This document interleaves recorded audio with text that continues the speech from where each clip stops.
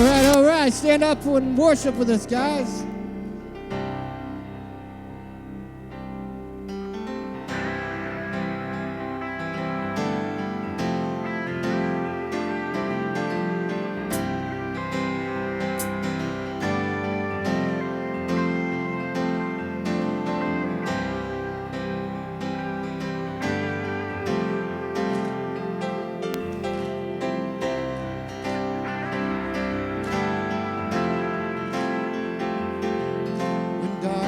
Tries to roll over my bones, when sorrow comes to steal the joy, when brokenness and pain is all I know, I won't be shaken, I won't be shaken. My fear doesn't stand a chance when I stand in your love. My fear doesn't stand a chance when I stand in your love. My fear doesn't stand a chance when I stand in your love.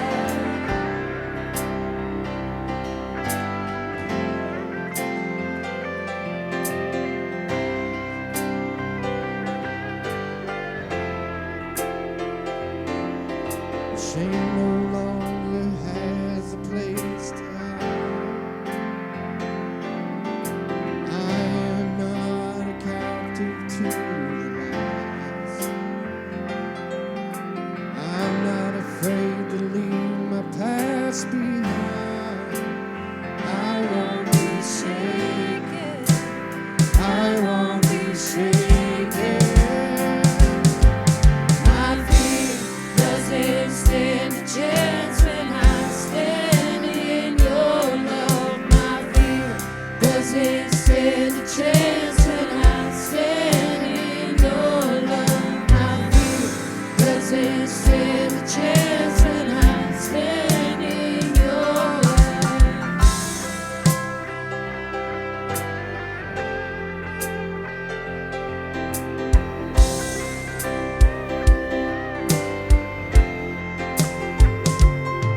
There's power that can break off every chain.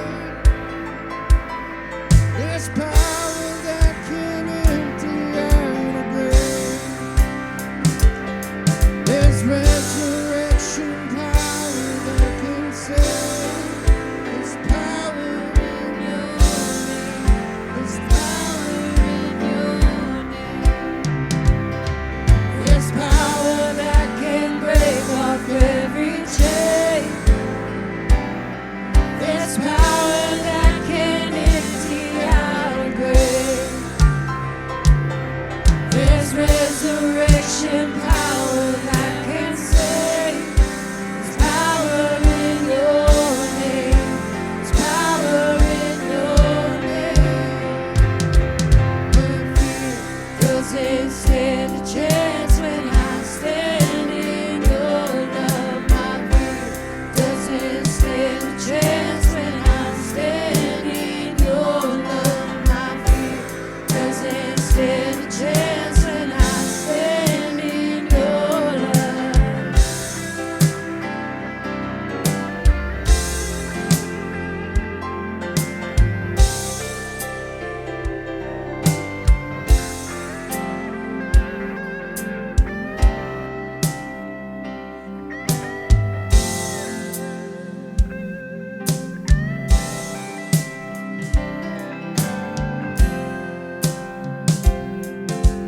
I am standing on the rock.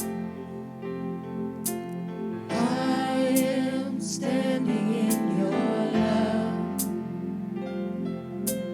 I am standing on the rock, my firm foundation, my firm foundation. I am standing on the rock. I am standing in your love. I am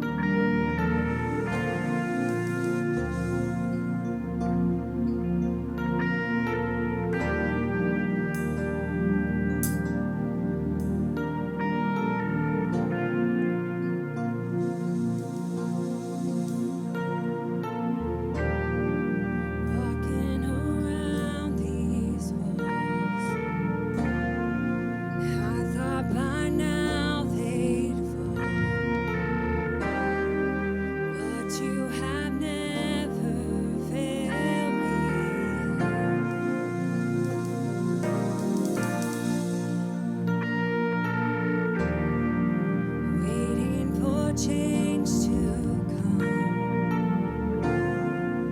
knowing the battle's won. For you have never failed me yet.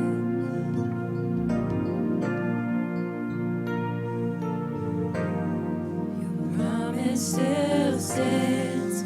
Great is your faithfulness, faithfulness.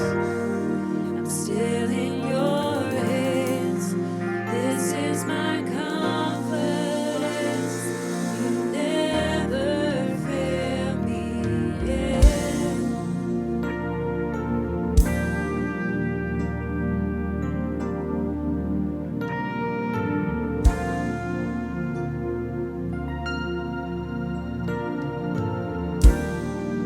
I know the night won't last.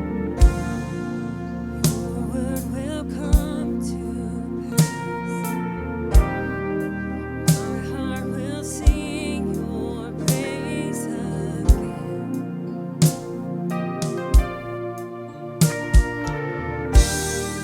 Jesus, you're still enough. Keep me within your love. My heart will sing your praise again.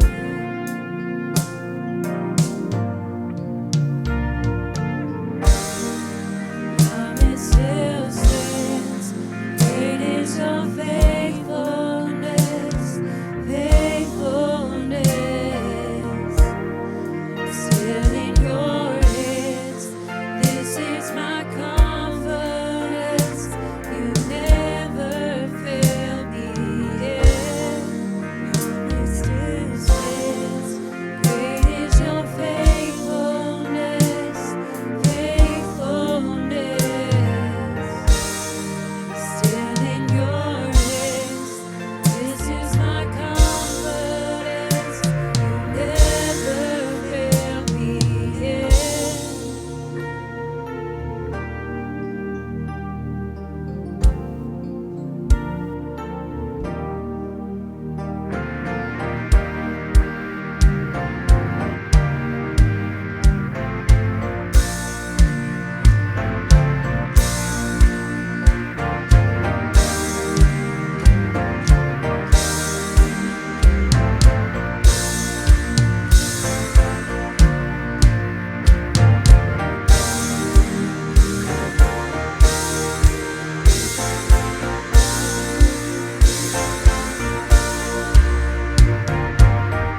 See you move the mountain, and I believe I'll see you do it again. Made a way when there was no way, and I believe I'll see you do it again. See you move the mountains, and I believe I'll see you do it again. Made a way when there was no way, and I believe I'll see you do it again. See you move the mountains, and I believe I'll see you do it again. Made a way when there was no way, and I believe I'll see you do it again. I see you do it again. I see you do it again. I see you do it again.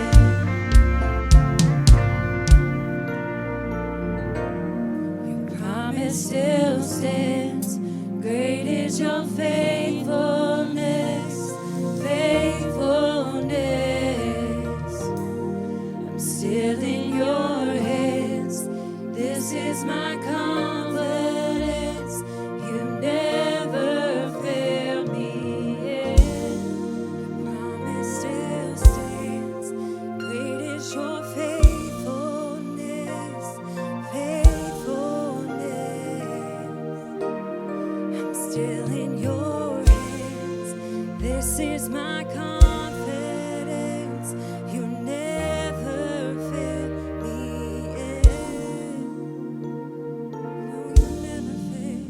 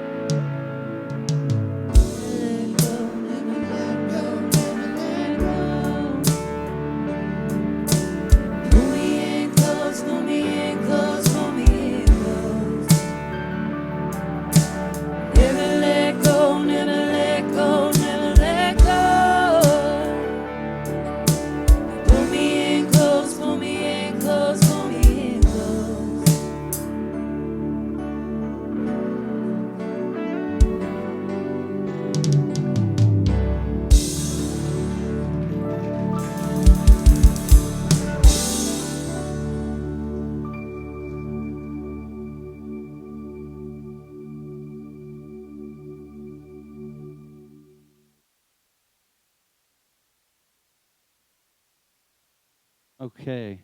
I just feel like I want to share this testimony with you guys of how good God is. Let me tell y'all something, man. Um, we had a really big need of we had transportation challenges, as you guys know, if y'all rode on the buses or anything like that. Within the ministry, y'all know they be struggling sometimes. So we just put a post on Facebook asking, saying if there's anybody that knew of vans for cheap or anything like that. And within 3 days, 2 different ministries, one in New Lexington, one in Columbus, reached out. And we got 2, they're not new vans, but they're new to us vans. And so I just think so often, man, we can and it's not a brand new van, but you know what? We had a need, and God met it. And I think so often we can almost undersell the blessing if it doesn't look exactly how we think it should look. But also on the flip side of that, how many of you have a need in your life that you haven't asked God for yet? Seriously. Sometimes we'll just sit there and we'll think to ourselves gosh, man, I really wish that would happen. But we never petition heaven for it to happen. And when it doesn't happen, we're like, I don't know why that didn't happen. But the Bible says, you have not because you ask not. And so I felt very strongly the other night, and it's weird. We don't get on there doing stuff like that. I don't get on there very often and be like, we need this, but I felt strongly just to ask, and God answered. So I want to challenge some of you guys in the room that have needs. Bring them before God and watch him work, man. It's just like your faith has to start somewhere, right? You have to begin to believe that God can do something bigger than you can do at some point in your life. And you have to begin to have this belief yes, I'm going to declare that it's going to happen. And so you guys that had your hands up, declare that thing into your life. Speak that thing into your life and watch God work. I mean, it sounds like that. It ain't that name it, claim it. God, I need a Lamborghini, and you get a Lamborghini tomorrow. But it is the thing of God sees a need legitimate, and you have that need in your life. It may not look exactly how you thought it would look, but it will come into fruition. He is a God that promises to fill the desires of our hearts if they are within the will that he has for our life. And so, man, I just felt like I needed to share that with somebody. I didn't plan on doing the announcements, but since I'm standing here, we'll go through them real quick. App is available in Google Play Store. You guys know who don't have the app? That's a better question. Who don't have the app that has a phone? Who don't have the app that has a phone? Okay, we good then. We don't even need to talk about that. The discipleship, True Disciple classes every Wednesday. The next session starts August 31st. So if you have not signed up yet for our discipleship class, man, they're amazing. They really are. How many people just started? Has just began? Okay, there's Austin. You made it, Austin. Michelle, Kim, that's awesome. So I think that we already have had close to, I want to say 50 graduates through that already? Or will it be when this class ends maybe? I think close to 50, which is awesome, man. That's amazing. And then did y'all see the RV downstairs? Let me cast a vision real quick. So I want y'all to, everybody close your eyes. Everybody close your eyes. I want you to see this. This is how I see it, and I believe it, then God delivers it. I'm going to teach y'all this. All right, now picture that RV the way it looks now.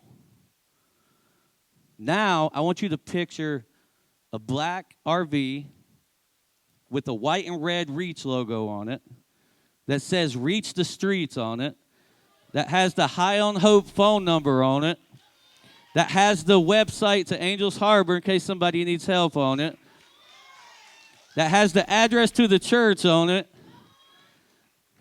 and then it's got a picture of my wife's beautiful face on the side of it.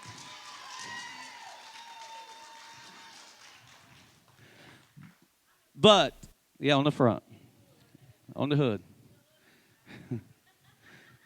Be good in the hood. And so, but seriously, I see that, but I want to see something for where God's trying to take it, not where it's at. But can you see this transformation for our personal lives too? Can you see that we were all once, and some of us may still be in the condition that the RV is right now. But we have a vision of what we want our life to be like. And so you have to have the vision. You have to write it down and make it plain. So you know what I just did? I spoke the vision. Now we're all accountable to see God make that vision come into fruition. And so I really believe it's going to happen. It's going to be awesome. You know why? It's because we can pull up into a neighborhood. We can have speakers where we can have a PA system. We can hand out Bibles. We can hand out food, hand out hygiene items. We can pray for people. We can just there's nothing like that. And I think it would be amazing for our community. And Eddie be driving that thing around everywhere. Okay, so the next thing that we have a new group starting. How many mothers do we have in here? Raise your hand. Mothers?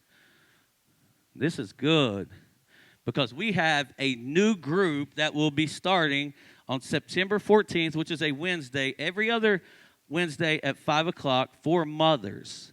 And it's going to be just like a 1 hour thing, nothing demanding. It's going to be led by Casey. Does anybody know Casey in here? How many people know Casey that sings on the worship team in the mornings? Yes, so it's going to be led by her. All three of y'all that know her, show up. Yeah, she wears the cool hats all the time.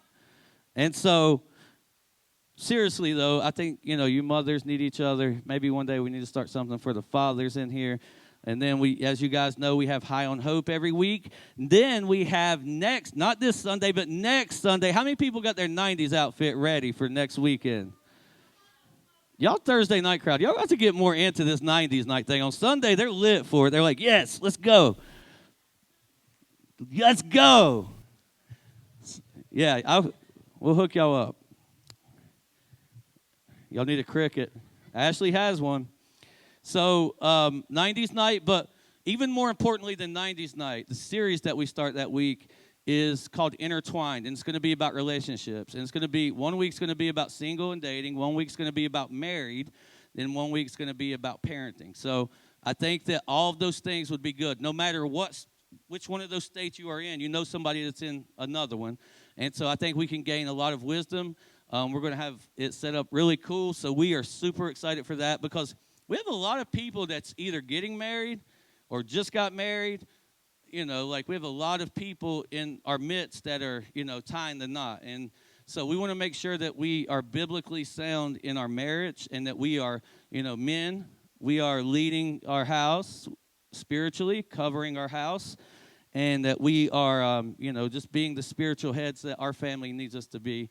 And the ladies be them Proverbs 31 ladies. Hey, last thing is this. Reach the Streets block party, Saturday, September the 3rd, from 7 to 9 p.m. We will have hot dogs and an acoustic set from True Worship. How many of y'all plan on being there for that? I hope to see every hand up in the room. Roy, you ain't coming to the... Okay, get your hand up then. Come on. It's right here's the address. We will provide transportation that night. If the RP guys, y'all want to come, it's actually an empty lot where we're going to have a bonfire and just music and stuff. Man, it's going to be cool. It'll be fun.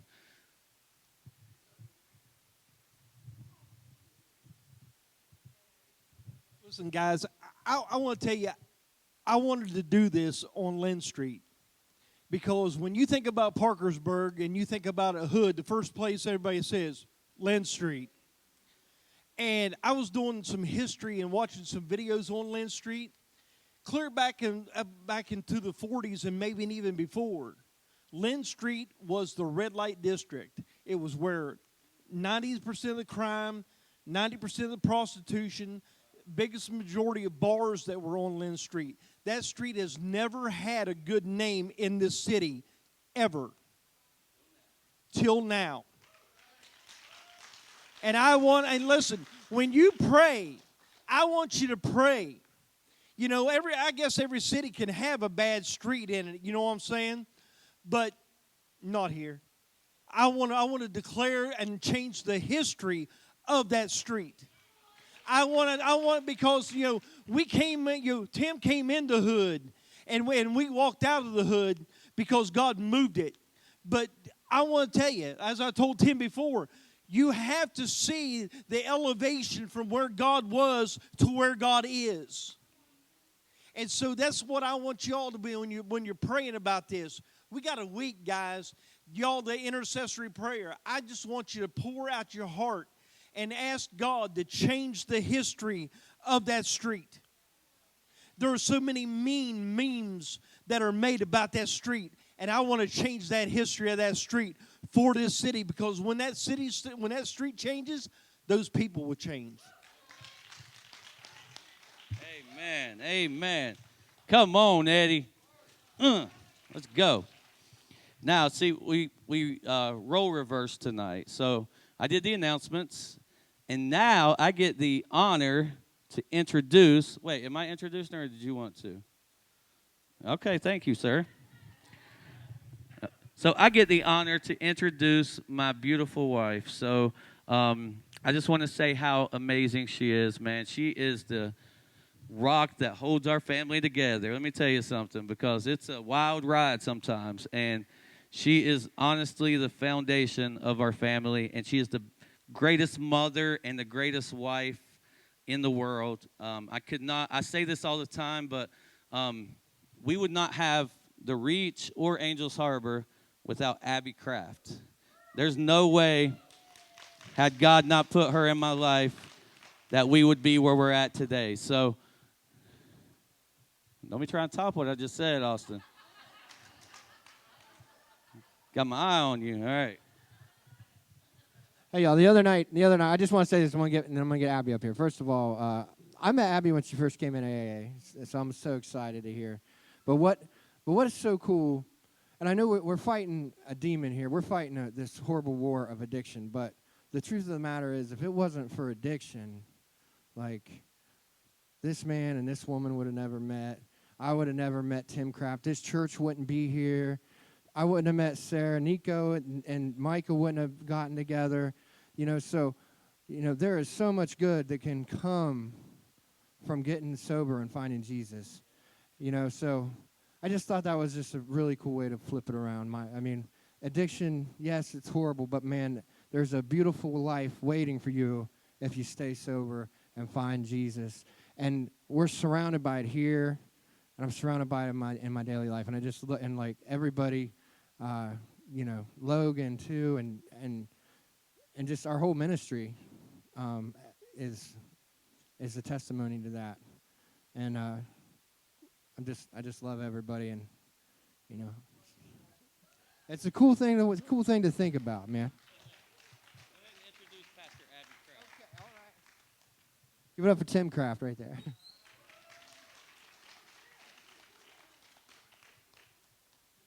Well, like I said, I met Abby about 6.5 years ago at Primary Purpose. I was there I remember when she met Tim and all that, and I've just grown to love her to death, and she's amazing. She has such an amazing story, and I cannot wait to hear this testimony tonight, because I don't think I've ever heard your testimony. I think I've heard you give a lead, but never a testimony. So,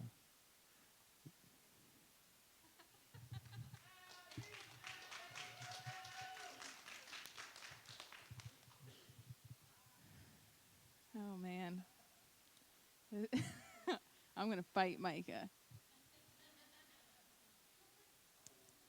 This really is like one of my least favorite things to do, believe it or not. And some people get nervous and they like ramble. I don't. I get nervous and I'm just like right through it, So I'm going to try not to do that, but not making any promises. I've tried to. Why is he laughing at me? Tim's bringing me some water. I'm thirsty.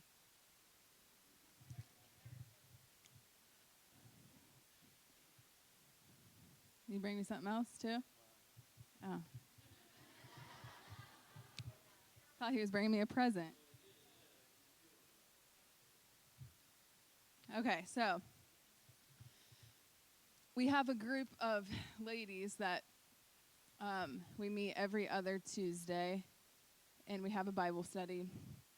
And Christine's mom, Joan, she's wonderful, and she leads our Bible study. And so for the past couple weeks, we've been studying different women of the Bible, one of Christine's favorite things to do. So last week, or 2 weeks ago, we all chose a woman. Actually, Joan chose one for me, and then we me, Ashley, and Nicolette kind of led the Bible study and taught everybody else about the woman that we chose. And so I wanted to share with you guys about Rahab first, because some of the characteristics that she had and what God did in her life is amazing, and I know that we all relate to that in one way or another. So Rahab was a Canaanite woman, and she was a prostitute. I was not a prostitute, sorry, but however, can relate to some of the other things. Just a little disclaimer, okay?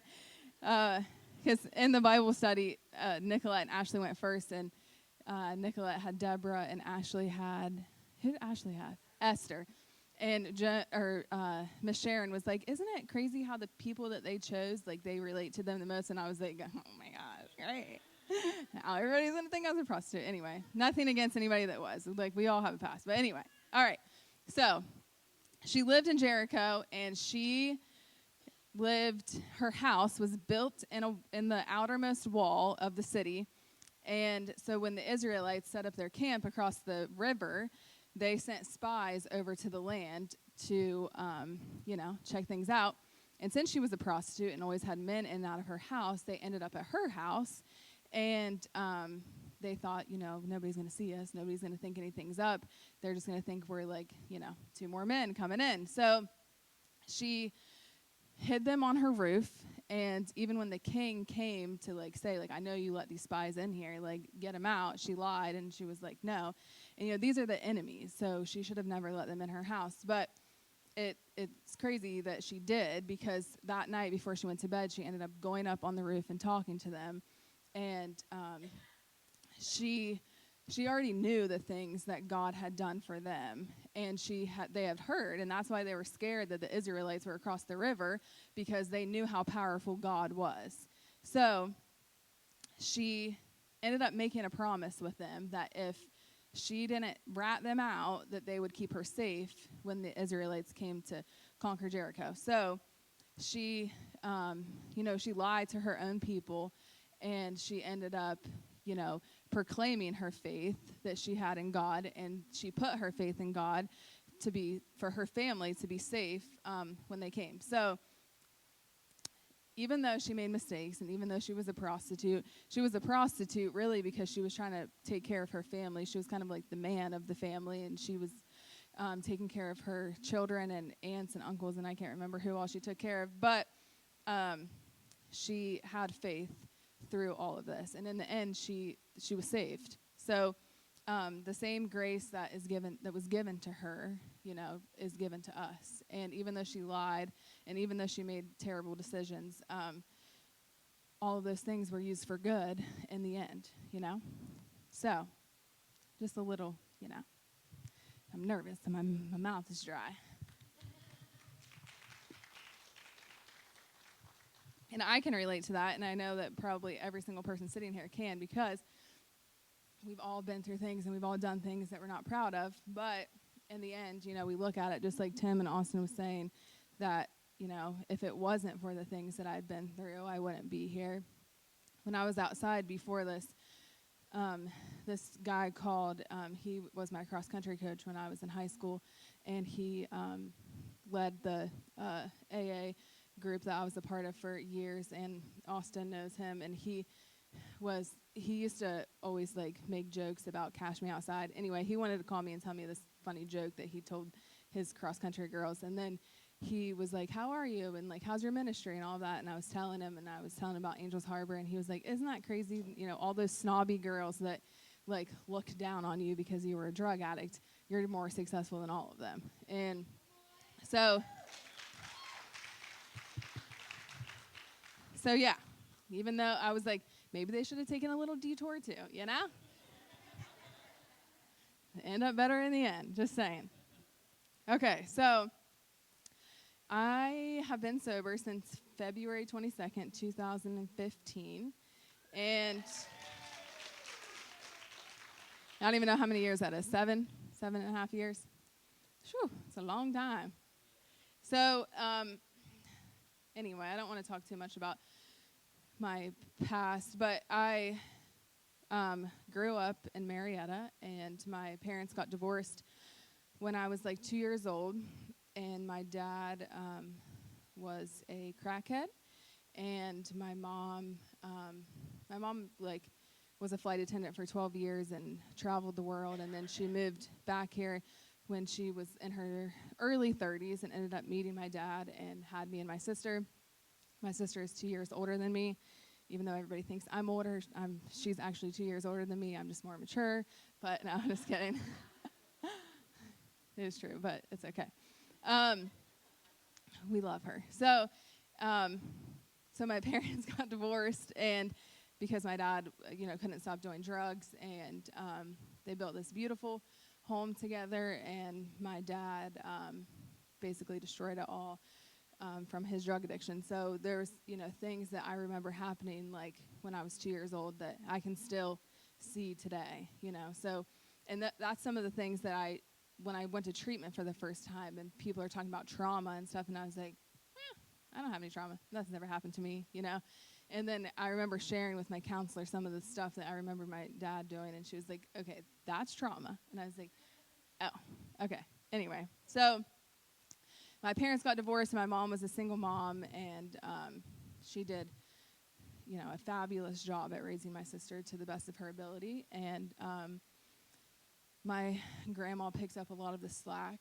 My mom worked for the Postal Service, and so, it was like, I think about now, I think about my kids and how, like, my mom would have to take us to the babysitter before school, and then we'd have to go to the babysitter after school or to the after-school program at school. And, like, I think about how blessed my life is because, Cash gets to ride the bus now to Angels Harbor and get off, or Tim and I have the freedom to pick him up and take him to school. So I was just thinking about that today because today was Cash's first day of kindergarten. And he crushed it. Everybody knows how Cash is, and so we were fully expecting him to go in there today and have a complete meltdown, but he did not shed one tear all day long. And his teacher called and said that he did great, and he rode the bus, had to get up on the bus to get him off. The bus driver was yelling his name, and he wasn't moving, but it was fine. He's 5, and he's never rode the bus before, so it's fine. Anyway, so growing up, my childhood was pretty normal, and I played sports and got good grades, and I was like the goody-good. I was scared of getting in trouble. I just did everything that I was supposed to do. I would get off the bus and go home even when my mom was still at work and do my homework because it's like that's what you're supposed to do, so that's what I'm going to do. And then my sister, who was older and rebellious, started, sneaking out and smoking pot and hanging out with boys. And I was so embarrassed of her because she would do, like, weird stuff, like pierce her own lip and I would, like, stand away from her at the bus stop. Like, I do not know you. You're weird. Get away from me. So I was like, I will never do the stuff that she does. And, she went through her, like, gothic stages and wear the big black pants and the chains and stuff. And I'm just like, what is happening here? And that's just, like, how much of, like, I was just, like, super straight-laced. I don't know what happened. But so by the time I was, like, 15, 16, she was, like, fully into, like, the drinking and partying and stuff like that. And then she thought it was cool to, smoke pot with my friends, which I didn't think was very cool at the time. But then I ended up thinking it was, like, the coolest thing ever because, then I started smoking pot. And then I could get all my friends high, and so then they thought I was cool, and, the rest is history. So I was smoking pot and going to school and still doing what I was supposed to do, but, it wasn't necessarily the weed that made me, want to do pills, but the people that we would get weed from then, started doing pain pills, and we would do pain pills and trip on acid and mushrooms and all of that stuff. And I would, like, dabble here and there, but I remember, like, telling this guy once, I don't know what we were doing, like Percocet or something, and he was like, yeah, it's all fun and games until you can't get out of bed in the morning. And I was like, what, you're weird, like, whatever, I don't even know what you're talking about. And then not long after that, we started doing Suboxone. Somebody introduced me to heroin. So I was 17 years old, and I was shooting up heroin, and nobody knew. And then, that was however many years ago. And heroin wasn't really like a thing. It was, but I was so young, I guess, that it was like really starting to like make its presence known.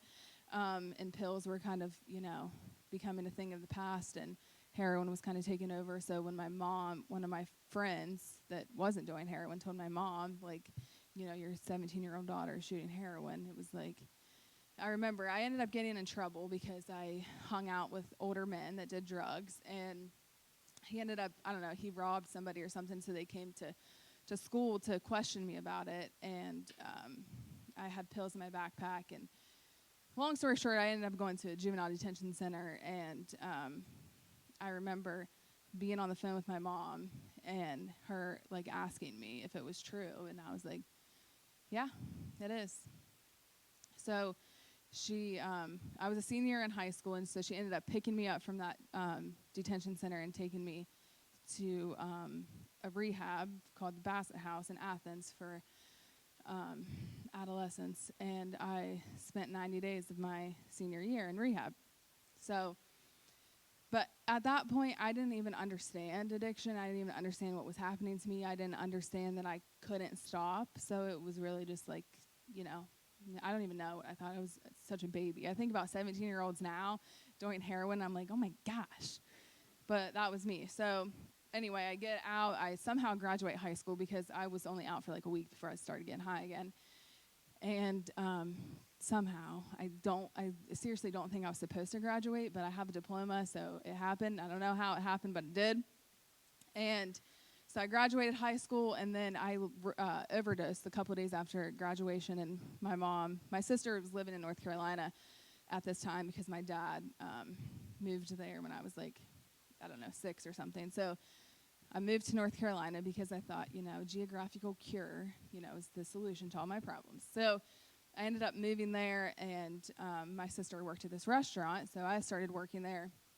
The 2 people that she told me to stay away from are, of course, the 2 people that I started hanging out with because they did pills. And long story short, I ended up, meeting somebody that sold heroin, and I was doing heroin, and then I was there, and I was like, well, this sucks because I don't know anybody here, so I'm going to go back to Ohio where I know people that I can get high with. So I came back to Marietta and started running and hanging out with people, and little did I know, this was in January. It was like New Year's Eve when I came back, and the people that I started hanging out with were under investigation. So that was fun, and I was back for like 28 days, and these people's door ended up getting kicked in. So long story short, I racked up like 6 felony charges because I would go to jail, my mom would feel bad, she would bond me out, and then they already knew what we were doing. So then I would get arrested again, go to jail, and my mom would bond me out, and this saga kept continuing for like 6 months or so. And I think it was like July, and I ended up going to jail, and my mom was like, I'm not getting you out of jail, which thank God she didn't, because I probably would have died or something. And I ended up staying in the county jail for 5 months, and then they sent me to rehab. It was like a state-run treatment center, so it was like a corrections-based place. And when I was there, I was like, I'm going to do this. And when I got out, I got involved in AA a little bit. But then I started to, get some things back. Like I had a job. Can't remember if I had a car or not, but I had all this money saved, and I was, going to do all these things that I had been saying for years that I was going to do, and got a boyfriend, of course, and then he started getting high, like, behind my back, and then I was like, no, I'm getting high, too. I can do it one time, the story. So long story short, I couldn't do it one time, and I ended up in prison because I was still on felony probation, and my probation officer would take me to jail for a couple days. He would let me back out, take me back, let me back out, and then the last time, like, they realized I just wasn't going to stop, so they sent me to prison to do the rest of my time, which was like I think it was about 7 months that I had left. So I went to prison, and everybody always says, like, oh my gosh, wasn't that terrible, but it really wasn't. And I think that was the scary part. The prison that I lived in out here was way worse than that prison, because it was like there was a sense of freedom, because there was drugs, but not like there is on the streets, and I wasn't searching for them. So it was like a safe place, and it was freeing, and I was like, if I can do this in here, surely I can do this out there. And just, seeing people. There was a girl that I was really good friends with that she wasn't really a drug addict.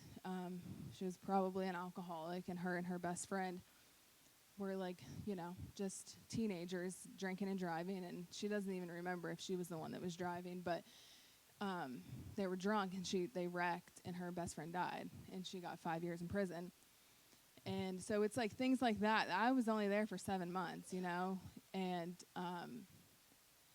I was for doing some drugs and, selling a little bit of drugs to support my habit. And, here they were, like, innocently, doing what they do, and ended up getting 5 years in prison. So there's just so many things that could have happened, that should have, the things that did happen that should have landed me there for a lot longer than I was.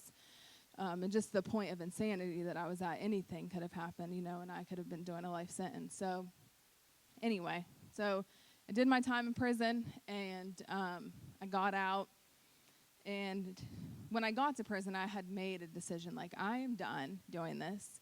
I remember the day that van pulled up to those gates, and there's, like, all of these people. And I was 20 years old.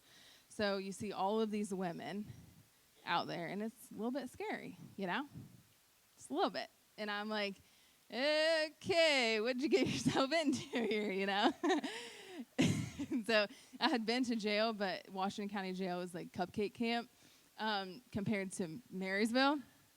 So it wasn't scary once you get in there and you figure everything out. But I just remember hearing the word penitentiary, like, at a young age, and it's like, gosh, that seems like the worst possible place you could ever go, So, but here I am, 20 years old, like, gosh. So anyway, so I come home, and I had been introduced to AA in the past, so, like, that was all that I knew that could help. And when I was in jail, these women would come in and do AA meetings and stuff, and so I was like, I'm going to do it. Worked for them. Like, surely, like, if I give it my all and do whatever they tell me to do, like, maybe it'll work. And I didn't really know many people. There wasn't very many, like, young women in recovery back then. So I just went. There's a bunch of old people, but I did what they told me to do. And I didn't understand at the time that, the 12 steps were leading me into a relationship with God. I didn't know what they were doing. I was just like, whatever, you tell me to do it, I'll do it. And I didn't, growing up, my mom was raised Catholic, so when we were like, 10 and 12 and 14, I don't even know how old I was, she made us go through RCIA, which is like the class to make you become Catholic. But that was just like, to church to me was like a thing that you did on Sunday, and you go and you leave. I was never taught a relationship with Christ. I was never taught any of that. I didn't know anything. So finally, I realized that, like, they were tricking me into believing in God. So it worked, okay? So, but what I didn't know, and this is nothing against Alcoholics Anonymous, because it absolutely saved my life. But so for 4 years, I went to meetings, and I had a home group, and I had a sponsor, and I sponsored other women, and I worked the steps. And so about 4 years into it, I started to, I don't even want to say get complacent or bored. I just knew, I just longed for something more. I knew that there was something more. And there was a girl that I was really good friends with, and we were in prison and jail, like, the same time, and she went to prison after me, and we stayed in touch. And then I kind of, like, took her under my wing when she got out of prison, and I took her to AA with me, and she knew Tim. Somebody else that she was friends with knew Tim, so she would go to High on Hope with them, and then she would come to AA with me, and she would try to get me to come to High on Hope, and I was always like, I'm good. And so then she started taking me to church with her, and I met Tim, which I met Tim before that, but he says he like winked at me or something, and I didn't catch the hint, I guess. I don't know. Yeah, I guess I missed that part. But honestly, though, at that point in time, like, church was intimidating to me, and even though I had a relationship with God, I was taught that I could have a God of my own understanding, which to me, knowing what I know now, was a little bit misleading. I wasn't taught that Jesus is who I needed to have a relationship with. So not a God of my own understanding. Jesus, maybe of my own understanding at that point, but nobody ever told me about Jesus until Shay told me about Jesus. So thank God for her. And she was taking me to church and all that, and I remember just like feeling the presence of God for the first time. And and that feeling was like, similar to the feeling that I felt when I would get high. So then that's what like sparked this fire in me to run after that. And so anyway, at this point in time, I was working at a restaurant, and did you say it? Yes. I worked at this place called the Dutch Pantry. If you're from here, you know what the Dutch Pantry was. It's not open anymore. But I started out as a waitress. I worked there before I went to prison, and then I was really good friends with the manager, and she gave me my job back, and then I ended up becoming a manager there. And one night we were doing like a Christmas parade in Williamstown, and Shay texted me, and she was like, "What do you think about going on a date with Tim?" And I was like, "What?" Yeah. We dropped his phone on that one. And I was like, I mean, sure, So we went on a date on December 1st, I think it was, right? And the rest was history. So, oh, yeah. Okay, so when I first got out of prison, every car I ever had, my mom bought for me. And the last car that I had, she ended up selling, because my mom would always, she would enable me, but then she got to the point where she was just completely done. And I thought she was joking, but she's like, "I'm selling your car," and she really did. So when I got out of prison, I didn't have any wheels, So she bought me a Huffy. Actually, I think it was a Schwinn, maybe. It was nice. So I worked at the Dutch Pantry, but I also worked at the Hampton Inn as the breakfast attendant, and I had to be there at 5 o'clock in the morning or something crazy. So my mom would take me and my bike to work, and then I would have to ride my bike home or walk. So until I saved up, I think it was $1,000, and I bought a car for $1,000, so you can imagine what kind of car it was. It was not very nice, but it wasn't that bad. It was a Honda Accord, maybe. But it was purple. So I drove it. It had 303,000 miles on it when I drove it into the car lot and traded it for a nicer Honda Civic that my sister ended up running the wheels off of. But anyway, so yeah, I rode a bike, and I was a spoiled brat. I was used to just being given whatever I wanted, And so finally my mom was like, "Nope, you're going to have to work for it." And I know Tim wanted me to share that, because when we, come out of that, if we've had people that have always picked up the pieces, then it's easy to be entitled and to expect them to do that again. But sometimes we just got to figure it out, And I'm sure that was hard for my mom, too, because she was so used to picking up all the pieces for me. And she didn't that time. So let me tell you, sometimes, I've never told anybody this, but I've never even told Tim this, but sometimes like I would be embarrassed of riding that bike, so I would think like I'm gonna walk because walking is cooler than riding a bike. For some reason in my head, I thought that at that time. And I remember walking from that stinking Hampton Inn. And my mom lives on 4th Street in Marietta. It's a little bit of a hike, okay? And I was like, dang it, why didn't I just ride that bike, you know? So moral of the story is if you don't have a car, get a bike and be grateful for the bike. That bike is still in my mom's garage, so then maybe I need to give somebody that bike.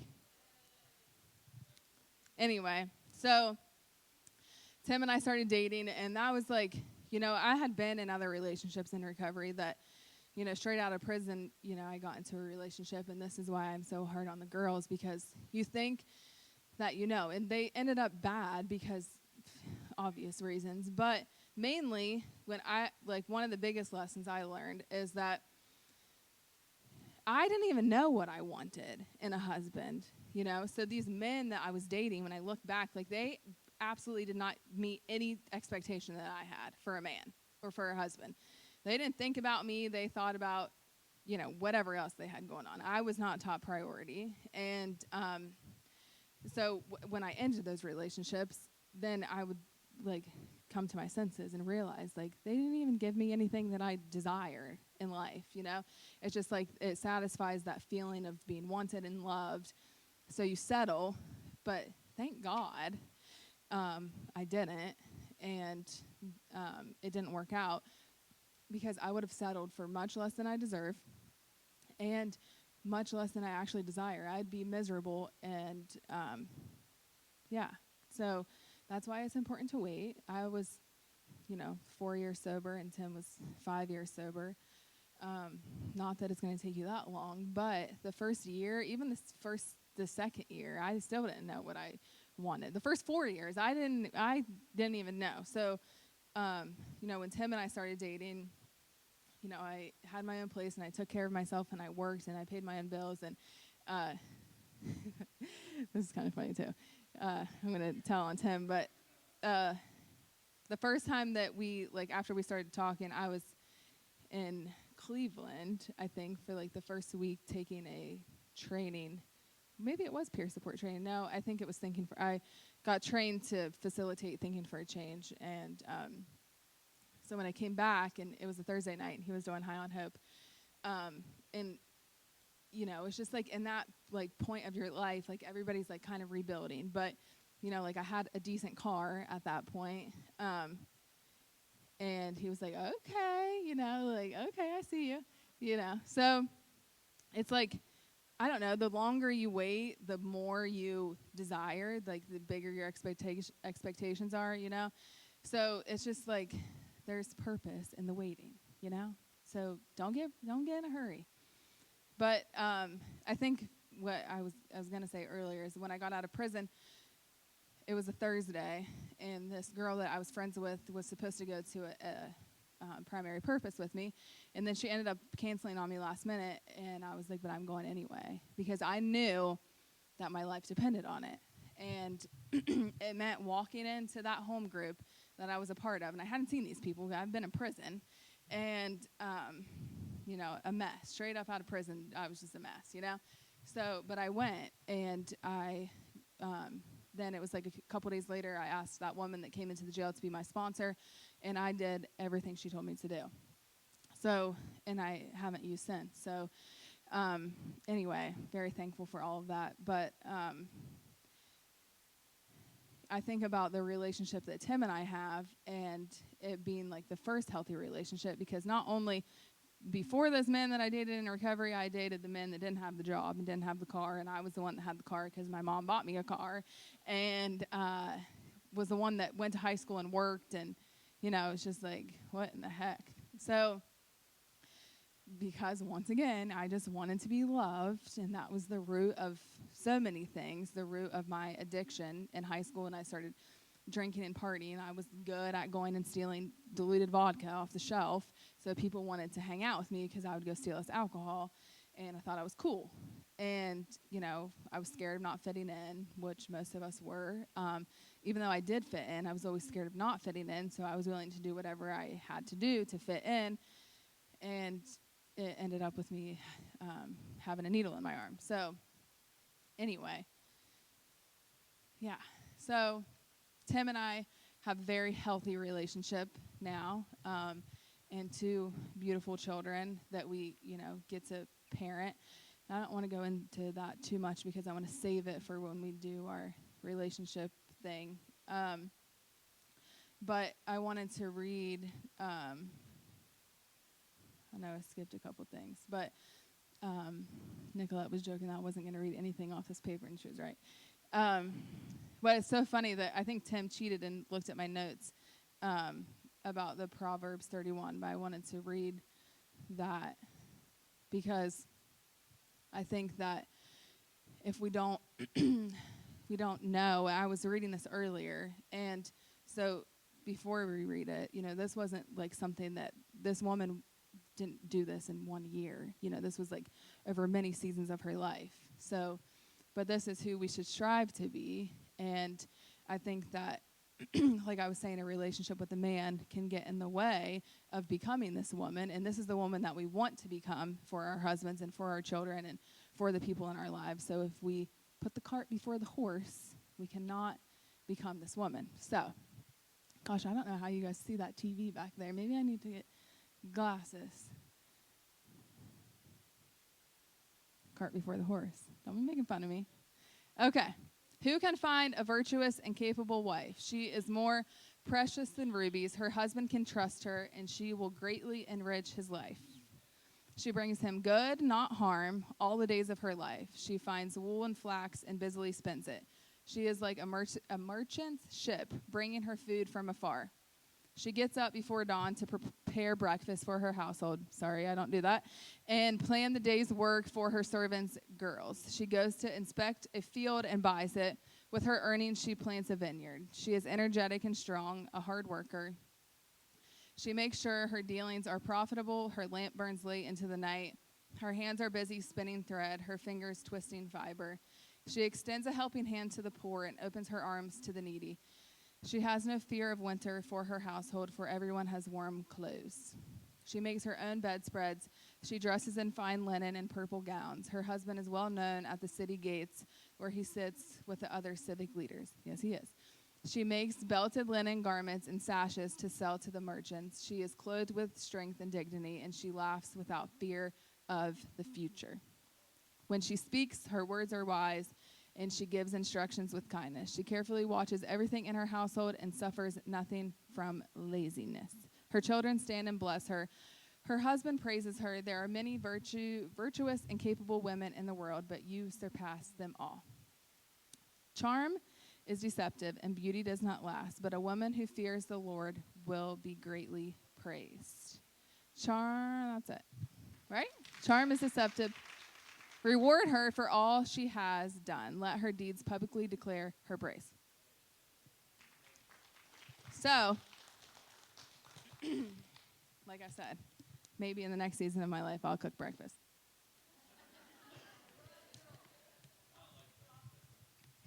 I brought McDonald's this morning, so in order to do that and to be that woman, you have to devote your heart and your life to the Lord more and more to become that woman. So that's why it's so important to keep the distractions away so you can become that woman. Got it? Girls, got it? That was for you. Yes. Yeah. That's right. They're starting to pick up on them. But, and then the last thing that I wanted to talk about was Angels Harbor and just kind of how we got there, because, I don't even know how many felonies I have on my record, quite a few. And I worked at the Dutch Pantry, and I, thought at that point in time in my life that was probably the best that it was going to get for me until I went to college, and it was like, who has time for that? And I took a peer support training, and I don't know what year it was, but I took it, and it was the first one that they ever offered and peer support was still kind of like a new thing around here. So I took it with, I didn't have any expectations of a job or anything like that. I just loved helping people, and I wanted to learn more. So I took the training, and a couple weeks later, a place in Marietta, LMP, posted a job for a peer supporter. So I ended up getting the job, and I worked there. Christine's dancing because we got to spend lots of time together for lots of years. So I worked there for about 3.5 years, and still I thought, like, you know, this is probably the end until I start going to college. And then I started going to school, and I'm about halfway done. And having a baby and opening a treatment center makes it a little rough. But so then, you know, Tim worked for a different company, and one night we, you know, some things were happening with that, and, you know, we were just talking, and we're like, you know, well, let's just start our own. And, you know, on our living room floor, we just started, and we had no idea what we were doing as far as, like, the process of getting it started. You know, Tim had experience, and I had experience in working with people in recovery, but we didn't know where we were going to put it. We didn't have the money to do it. We didn't know how to get started with all the licensing and all of that stuff. They don't, if you call them and ask them, they will tell you they don't know. So you just have to figure it out. So we figured it out. Somehow I still don't know how we did it. But just like Tim was saying earlier about you have not because you ask not. So, you know, there was a vision, and if it's his will, it will be done, and it has been done. So, and that was part of his plan this whole time. But looking back to 7.5 years ago, I never dreamed that this would happen. It was always the desire of my heart, but I didn't. It just seemed out of the realm of possibilities, especially because of my background. And not saying that that didn't get in the way a couple of times, because it did. And it was very stressful. But I knew we had overcame so much, and we were so close to the end. And then they, you know, said something about your background, and I was like, dang it. But it all worked out, and it really wasn't even that big of a deal, honestly. Once we figured out what we needed to do, it wasn't a big deal. So I know that like, we think that our past, like, defines our future and stands in the way. And I'm not saying that it, you know, for somebody like Tim that doesn't have anything on his criminal record, versus somebody that has lots of things. Not saying that it wasn't harder for me, you know, and there's things that I had to do that he didn't have to do, but it didn't change the outcome, and it didn't change the plan that God had, you know. So you might have to put in a little extra work and jump through some hoops, but if it's the plan that God has for you, I promise you it will be done if you're willing to put in the work. And it wasn't easy. It was very stressful. It took us 2 years to open it. So, you know, not everything. And if anybody knows Tim, they know that he, like, we're going to do this, and then, like, the next week we're doing it. So for him to, you know, have to wait 2 years, it was a lot. But so yeah, the moral of the story is, like, if you are passionate about something, and you want to do something, and you want to start a business or get a new job, like, do it, you know. But don't let anything, you know, keep you from doing that. Anything that you've been through in your past keep you from doing something that you actually love, because it's amazing. I still can't believe we're here. Can't believe we're about to have our first couple of girls graduate.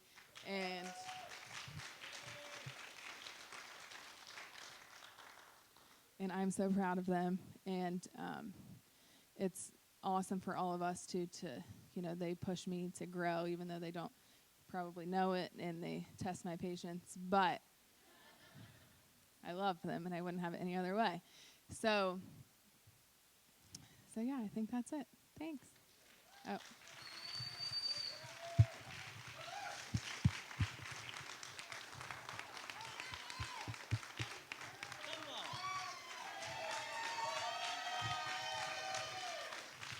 I just want to quickly say, it's not really that long ago when you think about, in the context of even if it's 6 years ago, that this woman of God standing beside of me was literally riding a bike to Hampton Inn.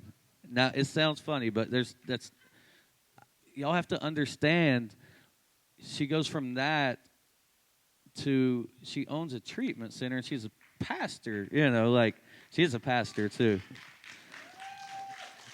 And so I just think so often it's so easy to sell ourselves short of what, just like she said, how often do we look at what we'd love to do, but then look at how far away it is and say, I'll just stay here at the Dutch pantry. And how often do we miss out on, it's like I've just figured out that the bigger we believe, the bigger God wants to do. And so if we have enough faith to step into it, he wants to open the doors, but he's looking for people that's willing to step through the doors when they're open. But see, the scary part about that is it feels like you're stepping off of a cliff. Trust me, I feel like it's all the time. Like you're stepping off of a cliff because you're like, I don't know what's going to happen, but we're going to roll the dice. But if it's God and you know his voice, that's why the relationship part's so important. Because if it's God and you know his voice, you don't have to go into it with fear. You go into it with expectation. And I just think the result is, in the fruit of what her life is today.